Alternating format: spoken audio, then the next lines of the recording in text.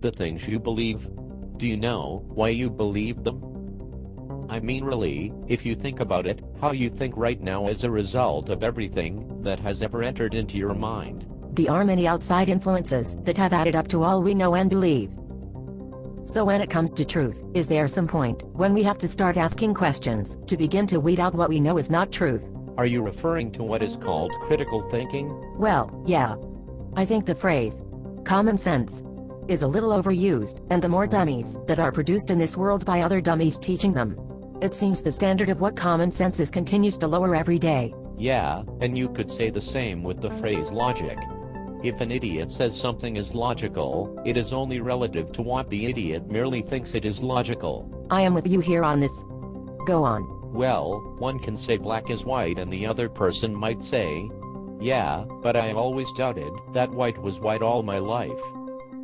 In other words, if people agree something is true does not mean it really is. Because they could be in a state of delusion, right? So, we need to nail down the foundation for why we believe what we believe. Do people just believe something because their parents taught them? I think that is a fact in the vast majority of cases. When we are talking about things in general, like safety, colors of things, work ethics, how to ride a bike, a person will probably be okay trusting their family, since most families actually care. But when it comes to spiritual matters, the priority level just jumped up a notch. Parents really may care, but they might not know what the truth of the gospel is. You mean, there are certain things people have to do their own thinking about? Yes.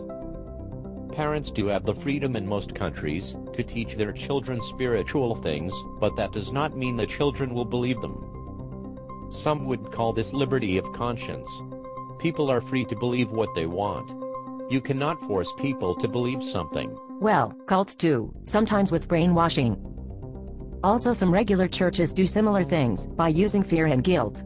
Really, there is not much difference. I understand. False religion has done much damage to the minds of people. It is very sad. What was the name of the term we talked about recently concerning the justification for believing what you believe? Epistemology.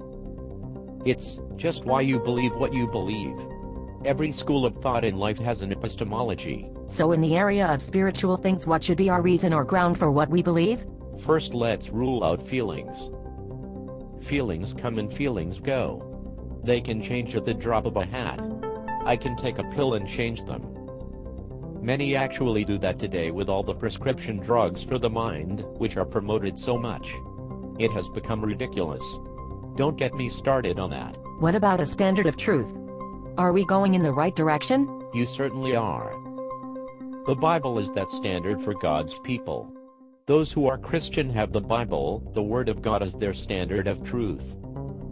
The Bible has a monopoly on truth. The Bible is how God has purposed to communicate with man. It is His Word. A further expression of that is Christ, the living Word of God, took on flesh to be the only mediator between God and man, the God-man Jesus Christ. That sounds pretty narrow. My standard, the Word of God, even says it is. It's no accident. It goes further, and says that is the purpose of God, and that the minority will know and believe these things. I think that is why many see gospel truth as ridiculous, because they think, if they were God they would make sure the majority would believe. But they are not God. And God does not think like them, or they kite Him. The standard, the Word of God, the truth tells us that. You see the pattern here.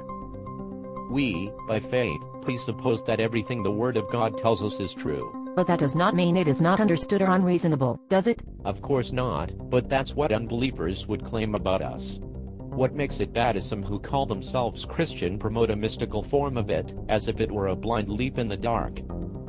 Not the case. Bad idea. So what is the difference in mystical kind of faith and the real kind? Real faith is a gift of God. Not an offer, right? Right, a gift. In the context of the gospel of grace preached. The knowledge of the gospel is relayed to the hearer. This faith, by the power of God, begins working in the hearts and minds of God's people. God also gives an undestined in the revelation of the person and work of Jesus Christ. Is that the part of faith that has to do with trust? We are caused to trust Him because of what God reveals to us. It is as simple as that. and those who don't see it will never believe it. It has to be seen with the eyes of God-given faith. It is all of grace. There is enough here to continue on this subject another time. Very interesting and important subject. See ya next time.